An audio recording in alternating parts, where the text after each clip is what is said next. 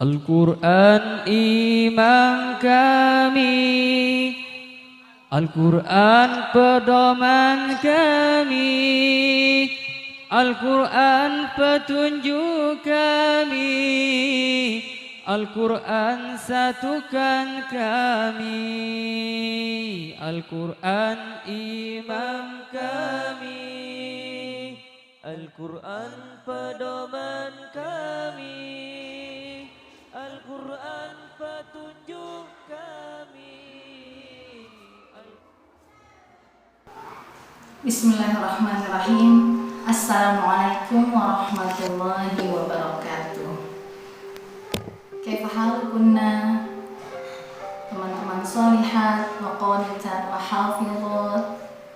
Sehat insyaallah ya. Sehat lahir, sehat batin, sehat semuanya. Apapun kondisi kita sekarang ini, wajib kita syukuri agar Allah menambahkan nikmatnya kepada kita. Salah satu nikmatnya lagi yang akan sangat kita harapkan saat ini, semoga Allah angkat tentara-tentara coronanya dari bumi kita, agar kita bisa berkumpul kembali, baik itu untuk belajar, untuk ngobrol, atau untuk apapun itu. Rindu itu memang berat, dan rindu itu akan semakin terasa ketika kita sedang dijauhkan seperti ini. Mungkin kalau kita sedang dekat, kita tidak akan merasakan rindu ini. Itulah hikmahnya, ketika kita dijauhkan, ternyata Allah membangkitkan bibit-bibit kerinduan di hati kita. Itu menandakan bahwa kita semakin dekat dan semakin dekat. Semoga kerinduan itu adalah kerinduan yang Allah ridhoi, rindu untuk berkumpul dalam menghafal ayat-ayat Al-Qur'annya, rindu untuk berkumpul dalam menuntut ilmunya, rindu-rindu lainnya yang insya Allah rindu akan surganya.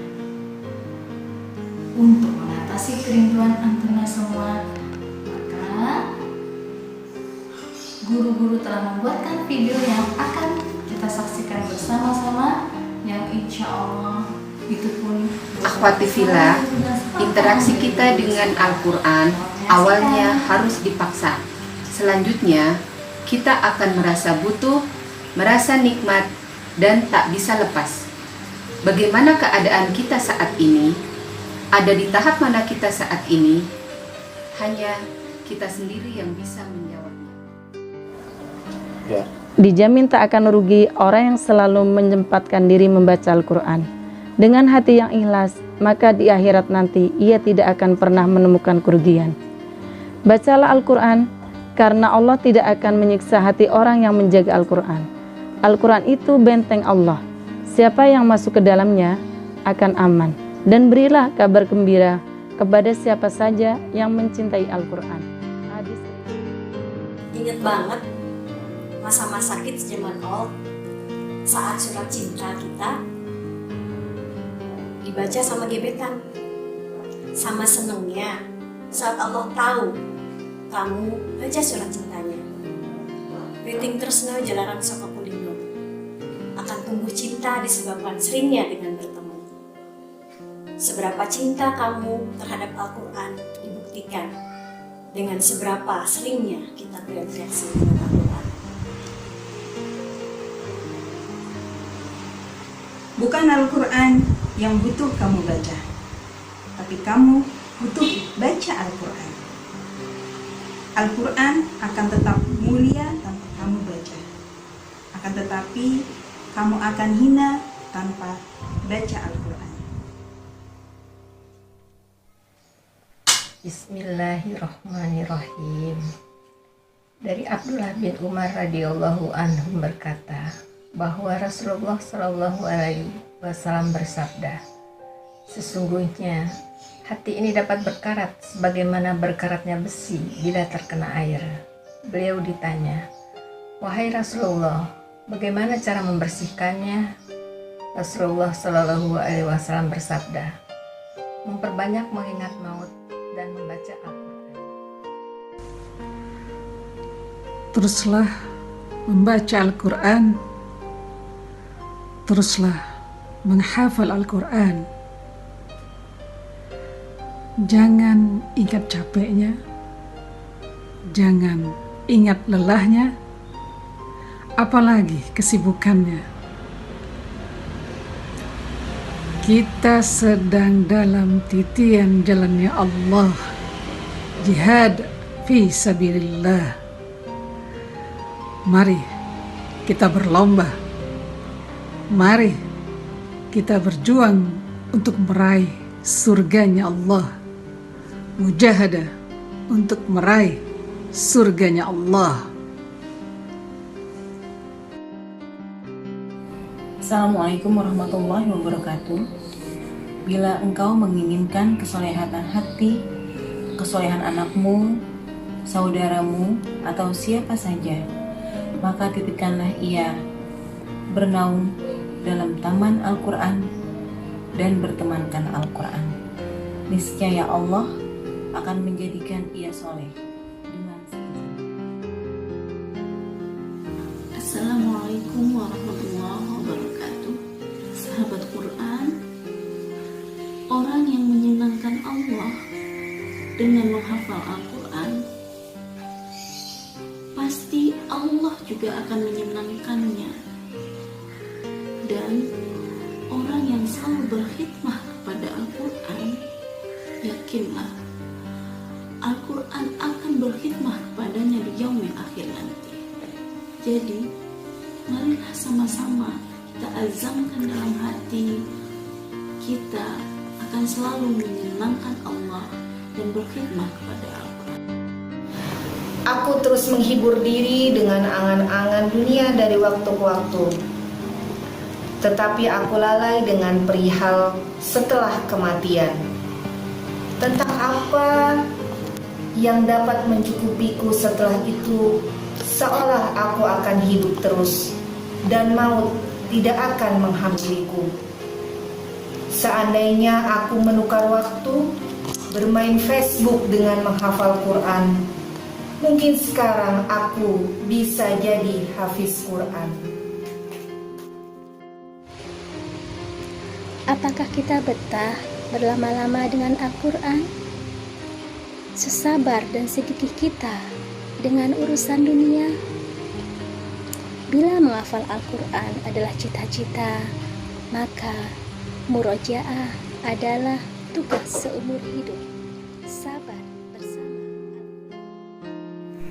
Hampir semua penghafal Al-Quran menginginkan cepat menghafalnya.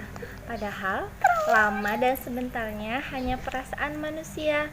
Seseorang yang sedang bersama kekasihnya seharian, rasanya hanya beberapa menit saja.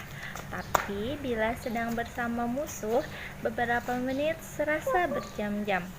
Al-Quran adalah kekasih sejati kita. Menghafal Al-Quran ibarat memasuki taman yang indah. Semestinya kamu betah, tidak buru-buru untuk keluar.